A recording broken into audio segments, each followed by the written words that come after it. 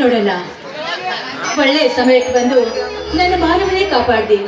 ಇಲ್ವಾದ್ರೆ ಅವನ ದುರಾಶೆಗೆ ನಾನು ಬಲಿಯಾಗಿ ಹೋಗ್ಬಾಡ್ತಾ ಇದ್ದೆ. ನಾನು ಸೀಲಿಗೆಟ್ಟವಳಾಗಿ ಬಾಳ್ಬೇಕಾಗಿತ್ತು. ಅಲ್ಲ, ಹೆಣ್ಣು ಮಕ್ಕಳು ಒಂಟಿಯಾಗಿ ತಿರುಗುವ ಕಾಲವಲ್ಲಣ್ಣ ಇದು. ಯಾಕಮ್ಮ ಅಂತ ಬಂಡನ ಮಕ್ಕಳ ಸಲುವಾಗಿ ಭೂಮಿಗೆ ಕಳಿಸಿರ್ತಾನೆ ಆ ದೇವರು ನಮ್ಮಂತ ಪುಂಡ ಪ್ರಚಂಡನನ್ನು. ನೀವು ಇದೇ ಊರಿನೇನಮ್ಮ? ಹೌದಣ್ಣ, ಇದೇ ಊರಿನ ಶಂಕಪ್ಪನ ಮಗಳು. ಅಣ್ಣ, ನಿನ್ನ ನೋಡಿದ್ರೆ ನನಗೆ ನಮ್ಮ ಅಣ್ಣನೇ ನೆನಪಿಗೆ ಬರ್ತಾ ಇದ್ದಾನೆ. ಈಗ ಎಲ್ಲಿರೋನಮ್ಮ ನಿನ್ನ ಅಣ್ಣ? ಅವಳಿ ಜವಳಿ ಅಂತ ಅವನು ತೀರ್ಕೊಂಡು ಇವತ್ತಿಗೆ 20 ವರ್ಷ ಆಯ್ತು. ದೇವರು ಬಹಳ ಕಟುಕನಮ್ಮ, ಕಟುಕ. ನಿನಗೆ ಅಣ್ಣನಿಲ್ಲ, ನನಗೆ ತಂಗಿ ಇಲ್ಲ.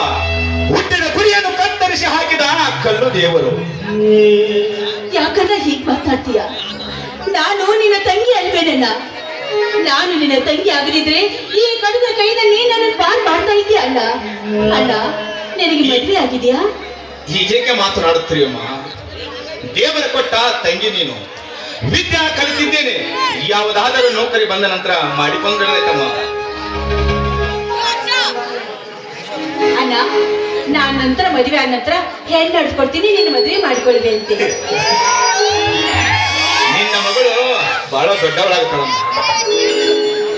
ನೋಡೋಣ ಯಾವ ಜನ್ಮದ ಪುಣ್ಯವೋ ಏನೋ.